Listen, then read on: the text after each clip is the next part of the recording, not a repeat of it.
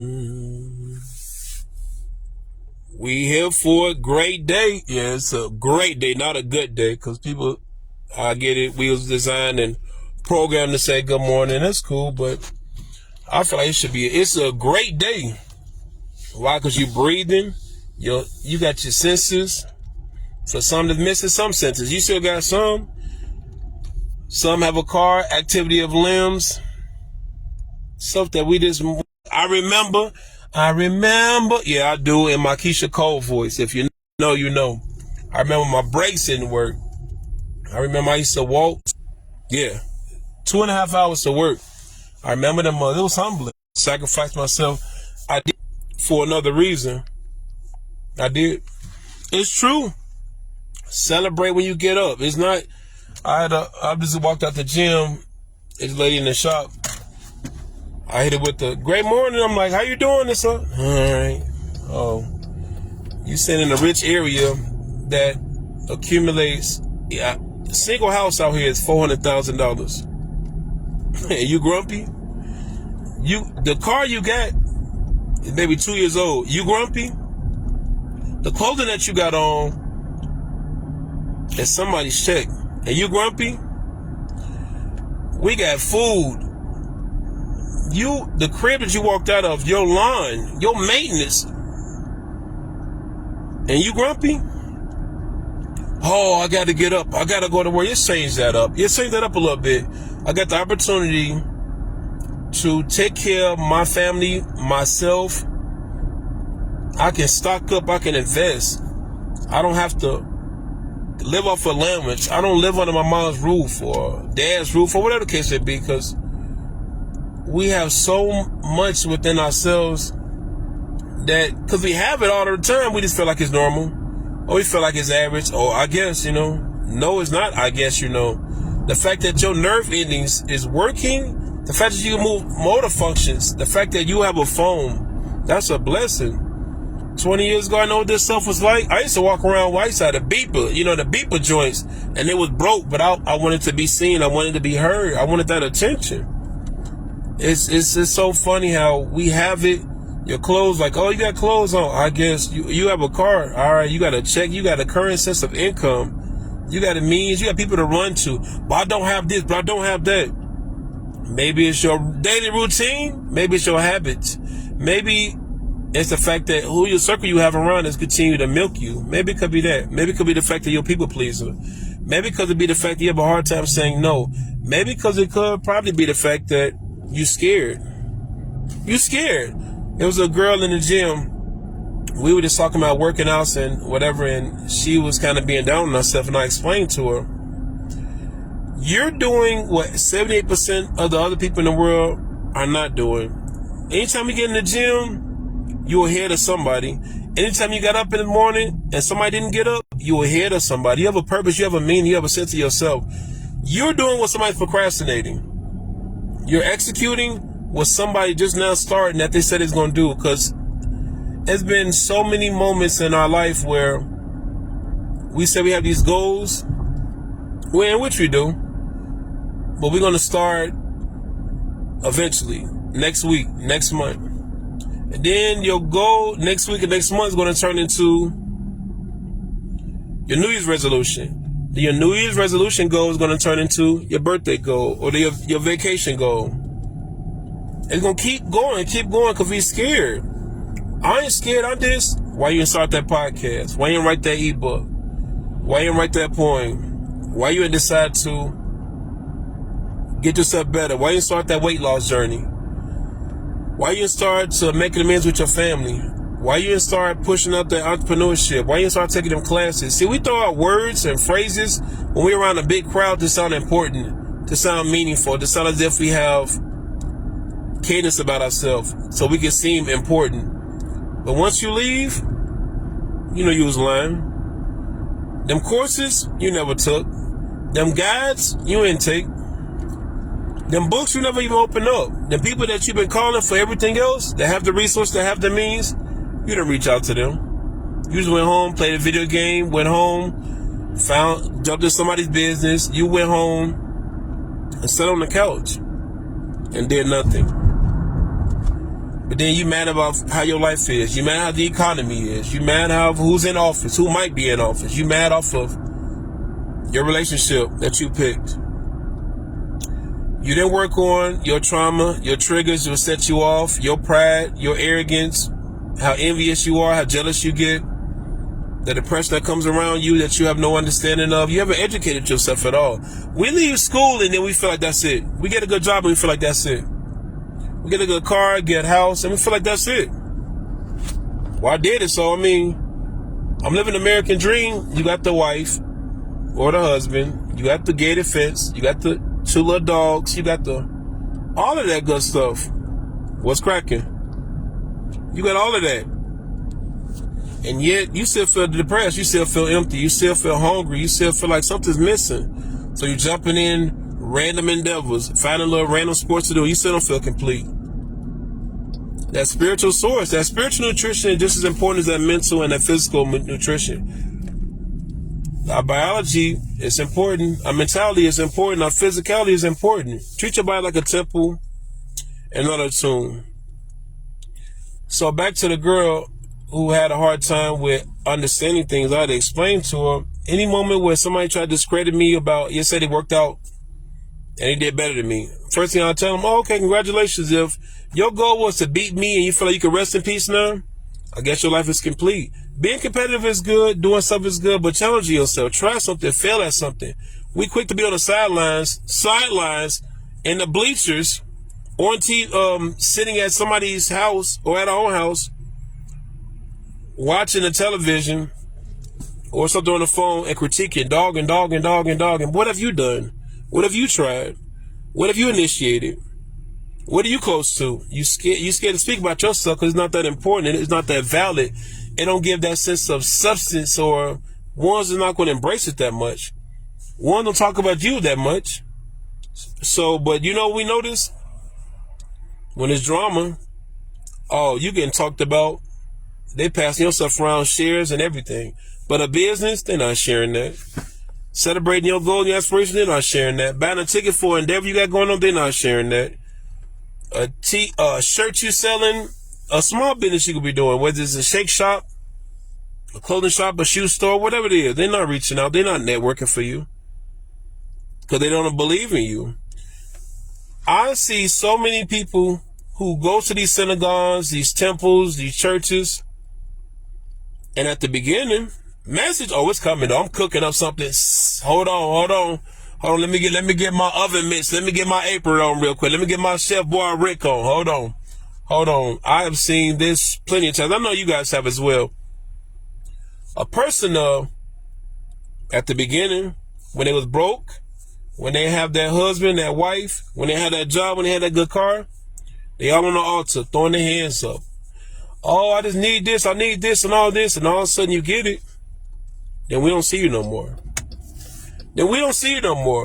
You're not pulling up, you're not coming to the conventions, the revivals, whatever things that those environments have set for, you ain't showing up no more. Why? Because you got what you wanted and you bailed out. Same when you did, we need that $40 for that one guy. When you cry to your friends and family, it's a life and death.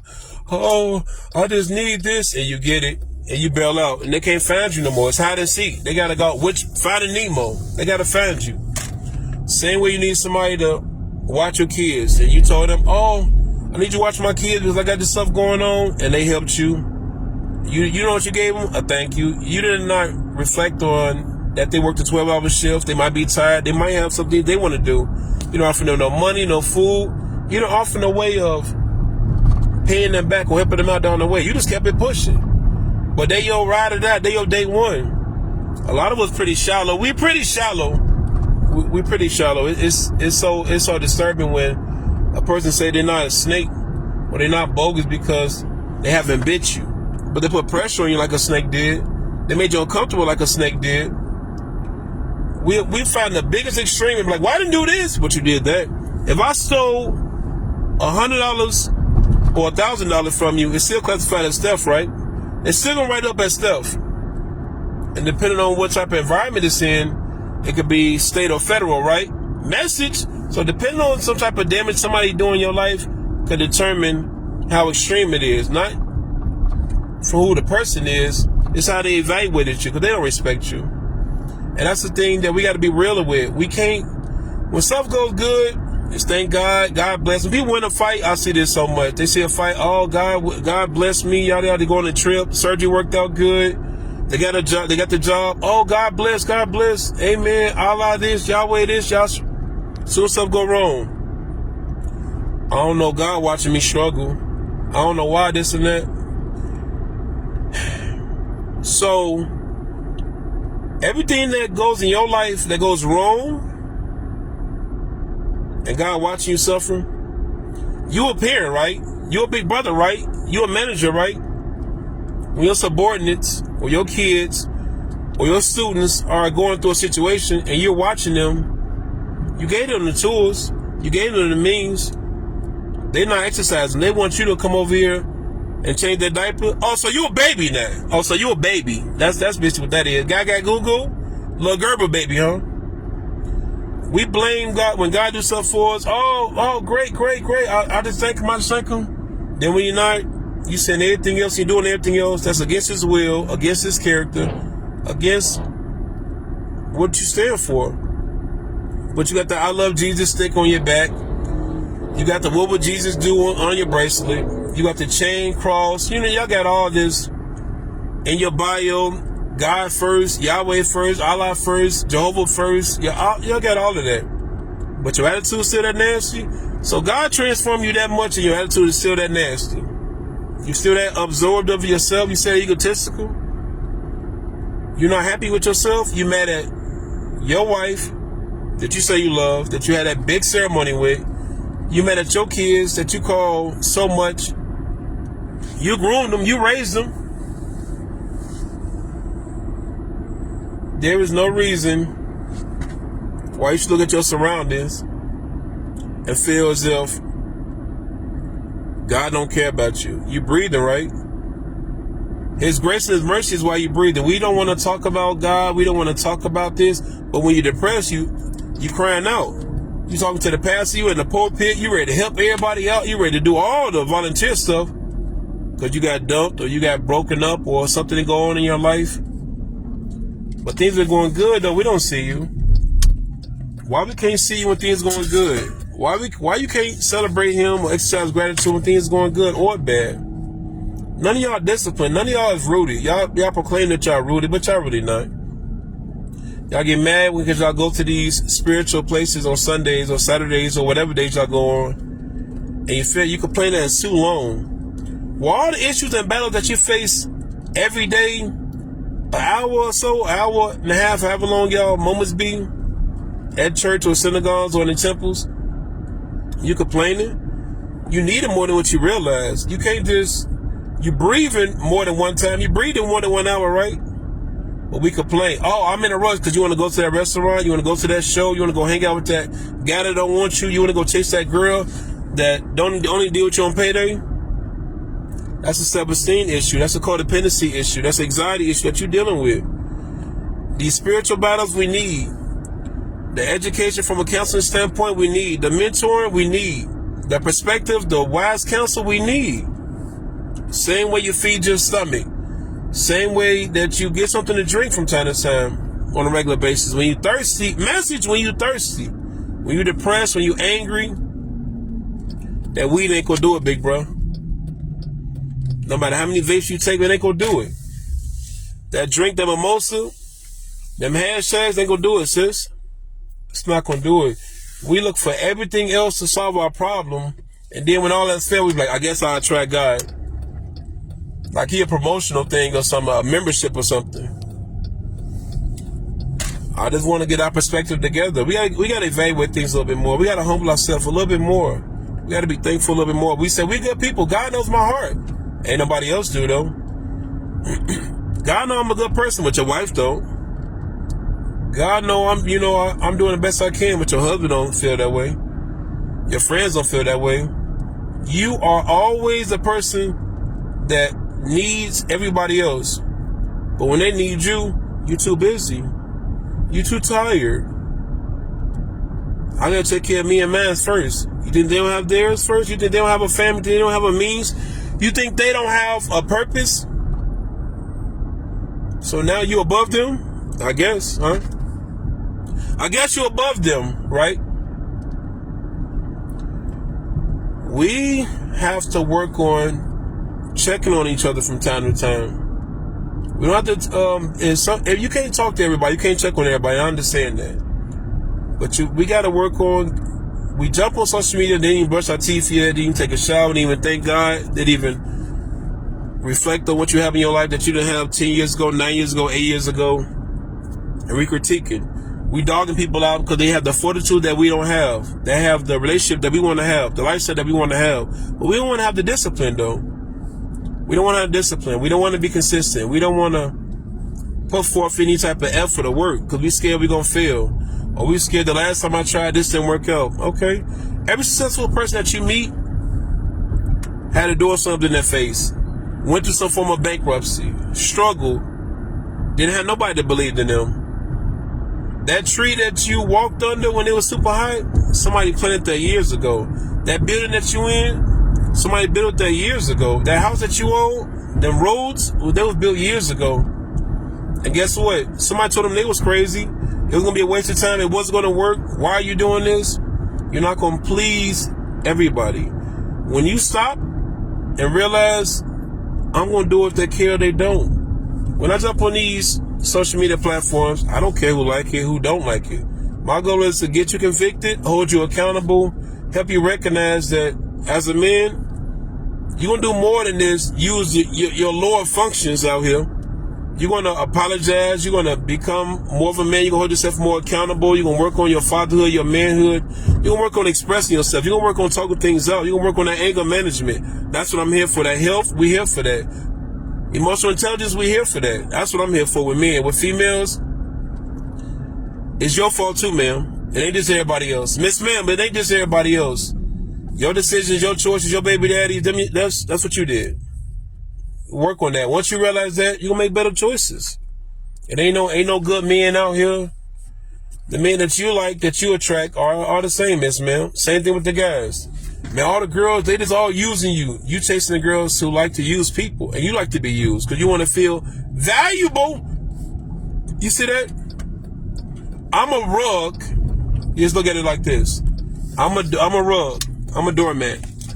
And I'm mad because people who come in the house are rubbing their feet. They're wiping their feet. I'm tired of people standing on me, walking on me. Get off the floor. Get off the floor. I'm tired of people coming in my crib every day of the week, grabbing my food, using all my utilities. You gave them the code to your house, right? You told me it was okay. They walk up anytime and they abused it. Cause you didn't set no boundaries. You didn't regulate things. You didn't address the situation the first time it happened. You let it linger. You talking to everybody else about the person. Then when they come or pull up, you hit them with the Kodak smile, the Christmas smile, the McDonald's smile. Hey, what's going on? But you irritated by them. But you don't want to talk to them because you don't want to mess up the friendship that y'all don't have. But y'all don't have a friendship. It's more of a, long as you do it for me, we cool. Long as you shutting up, we cool. Long as you take care of me and neglecting you, we cool. Long as you stay codependent, we cool. As long as you keep inconveniencing yourself and showing how loyal you are to me, we cool. That's not a real friendship. That's not a real relationship. I'm tired of this job, cutting my breaks short, paying me this limited pay, but you've been there for 3 or 4 years. You said at that job because it's convenient. It's just down the street from you. It requires less from you. They don't give you drug tests. You see that? When the lack of standards, message, when stuff is kind of like this, a little flimsy, people stick it out. People rock it out because why? You can do what you want. The requirement's not high. No growth is there. Nobody expects you to do anything but what you're already doing. Same thing we do in these relationships.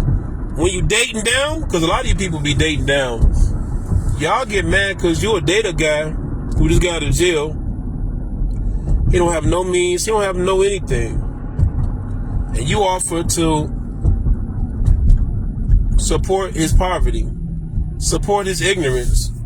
And now when you get irritated or burnt out, you don't want to do it no more. But you volunteered yourself, Miss Ma'am. Miss Ma'am, sis. Hey, you volunteered yourself. And now you mad? And now you mad. You tired of watching them kids? You tired of cleaning up for him all the time? But you liked him a good thing because he had a body. He had the height you wanted, the skin tone that you like. He talked that lingo that you into. I mean, y'all look good on social media. And you scared to break up in that relationship because you don't want to look like a failure. Because you showed everybody that everything's going good. Everything in your life has been failing. So you identify yourself in that relationship.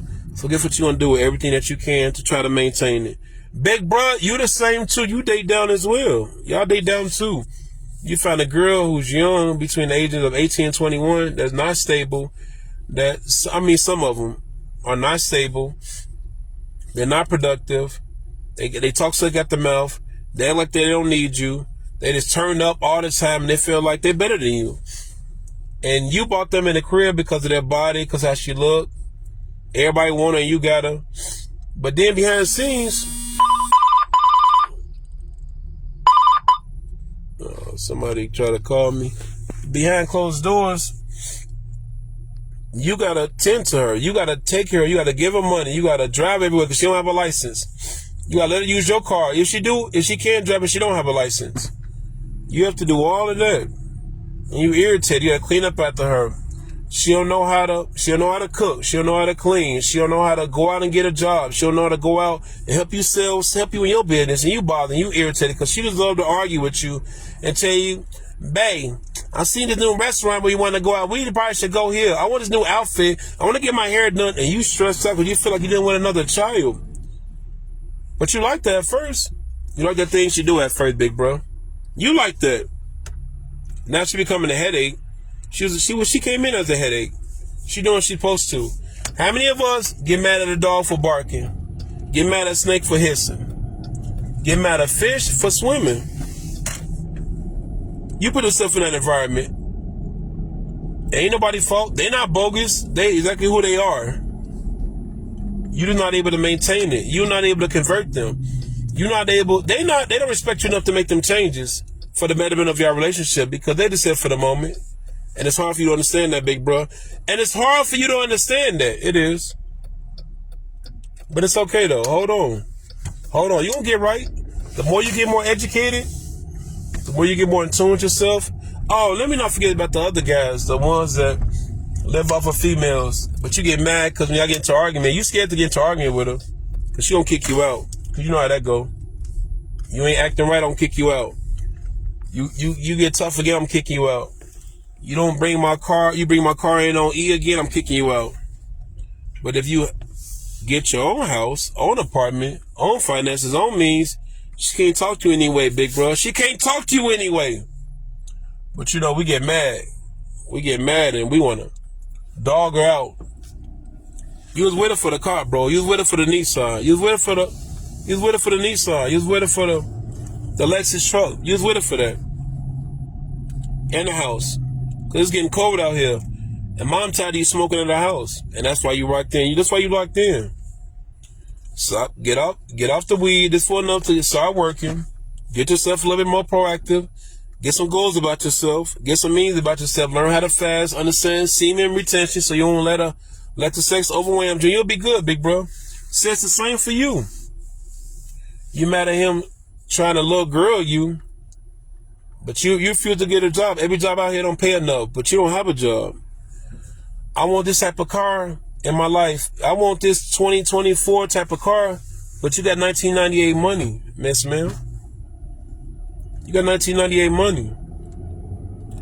I want this type of house that you couldn't maintain. You came from a studio apartment. Now you want a 5,000 square foot crib? I want this many kids. But you don't have the patience or the daycare money or the means to build them the way they need to be. But you want it because your family told you, your grandma said, it's time for us to have a baby. And you want to do good because grandpa finna leave this earth. And you just want to what? To serve somebody else's life? Bring some more people in this world to struggle right with you? How many of us be within our pride? We don't want to ask for help because we don't want other people to feel as though they did something for us. We don't want them to get that credit. So your pride is going to allow you and your kid to struggle, you and your kid to starve, you and your kid to be out here in the cold without a blanket. Same thing with y'all, big boy. Y'all do the same thing. Your pride is going to allow you to walk around here with this internal bleeding because you won't let nobody know that you're hurting right now, that you haven't got over that divorce, that you haven't got over that job you lost, that mentor that let you down, or somebody that betrayed you. So you run around here contaminating everybody. It's like a person walk around here with COVID and they coughing on everybody. Okay, yeah, that's it. That's very healthy. That's very mature of you. You gotta respect that, right? Same way with a person. That's like a person driving around here with a suspended license, damaged car, no insurance, and they switching lanes, swerving lanes, and they just going, families and everybody in these cars, and we just swerving, switching. Then you get mad because somebody cut you off. You're walking endangerment, sir. You're walking endangerment. Your tag's expired. Your license suspended. You got a gun in the car. You're a felon. It's not a good look. All concoctions of something bad, right? So before I sign off, I want y'all to measure this real quick. For the people that's wrapped up with time, I just want to hop on random subjects real quick and I'm going to hop off. It was this story I recall. It was some years ago. It was about a boy was talking to his dad. Random, but I'm going somewhere with it. A boy asked his dad, "Hey, Dad, how much money you get paid an hour?" The father felt insulted, and he said, "None of your business, but if you must know, I get paid $100 an hour." And he said, "Okay." Little man dropped his head and was like, "Oh, okay." So, in the midst of having that conversation, I mean, he was kind of quiet. He was saying, "Why did you ask?" He's like, "Oh, no reason. I mean, I was going to ask you something, but I just probably got to wait." So the conversation kind of shifted. He told his son to chill, go to bed, or whatever the case may be. Everything going to be cool. As the father reflected on the conversation, he stopped and thought to himself, "Man, I probably was too hard on him. Let me go back and go check on him." So he went back and checked on him, and he gave him the $50. No. That's the one to take. The son asked him for $50. That's what he did. And he got mad because he thought the son was going to need it for something stupid over the top, and got mad at him and told him to go to bed. So the son was irritated, sad, dropped his head, went to his crib, went to his room. The father reflected on the situation and thought about it, brought the $50 to him. When he brought the $50 to him, the first thing the little man did was go on his pillow and start counting money. The father noticed the money and got infuriated. "You got money, you asked me for all this stuff?" The son looked at him and dropped his head and said, "I did have money, but I didn't have enough." So he said, What you need the extra $50 for?" He said, "Now," and he counted the money in front of his dad, and he explained to him, "Now I have $100, and he handed it to him. So the father counted. He was like, I don't get it." He said, "Well, now can you spend some time with me?" The father heard it, nearly tears dropped, and he just held him and asked for his forgiveness.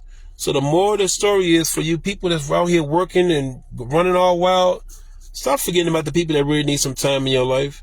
Because when that job leave, or that sports fade away, or you get injured, they're going to be right there. They're going to be right there. Take the time for the people that really matter in your life. Give yourself a break and chill with the people that really respect you. Big business.